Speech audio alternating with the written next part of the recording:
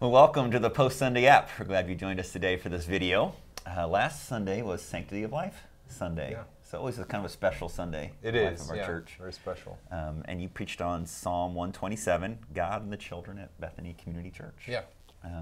So we want to do a few clarifications on some things. Yeah. So one of the clarifications was, you said a statement of God has shown great favor to our church, Yeah. great favor to families that have children. Can you clarify that? Meaning, does that mean he does not show favor Right. to others? I think I even worded it, and so it's a Sanctity of Life Sunday, but also we emphasize the orphan care ministry, and so Yeah. a lot of focus on that. Yeah. And how God views children. A message to how God and the children at Bethany Community Church. So I think the way I said it is, children are a sign of God's divine favor at Bethany Community Church. And someone said, well, does that mean that, like you said, that God loves us more than another church, and so he's given us children and maybe not as many children in another church? And no. What I was trying to communicate there is that when we see a child in our church, it's a sign that child is God's blessing to us, and that's how we should view children. Mm-hmm. You could also make the same argument in terms of families. Maybe there's a single person who wants to be married and wants to be in a relationship and wants to have children, and God hasn't given that to him or to her at this time in their life. And they said, well, is that a sign of God's displeasure on my life? No, there's other means by which God is sanctifying you, causing you to live a life that glorifies him.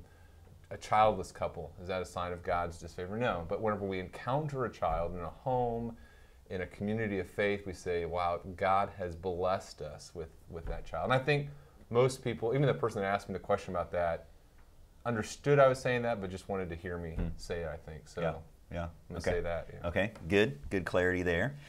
You said something else, and I'm not going to be able to quote you exactly here, but an orphan care ministry could potentially have, maybe that's not the right word, the greatest eternal impact more than any other ministry of a church or...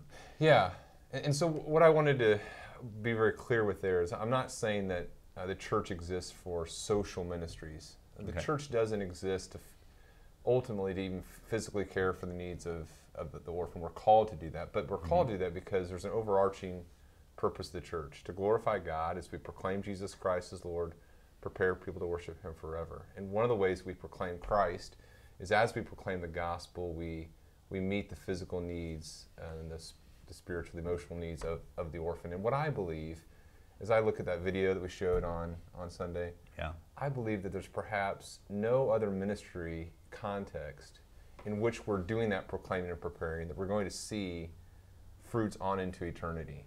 There's an amazing return on investment, I guess, eternal investment in this ministry is what I'm saying. So it's an internal investment in the life of the child. You and I are both adoptive dads, and so you see, man, just God's blessing in bringing us a child.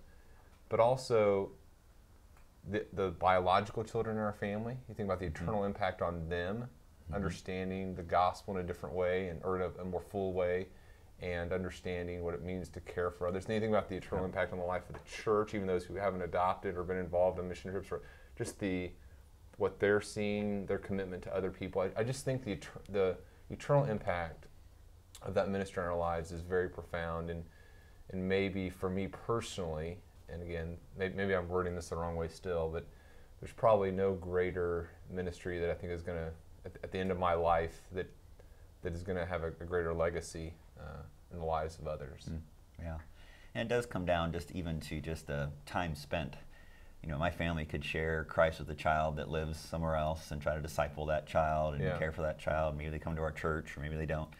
But bringing a child into our home, just the ability to impact that child's life for eternity is greater. Just simple math, just time spent there. That's right. So it's good. Yeah. Well, great. Well, thanks, Daniel. Yeah. Looking forward to the end of 1 John 5 this Sunday. Big finish. The fireworks, did you have those? The pyrotechnics are lined up. Okay. We'll still need to work a couple things out with 5 points, but... it'll be great. Yeah, I'm sure. Okay. Well, thanks, Daniel. Thanks for joining us on the Post Sunday app.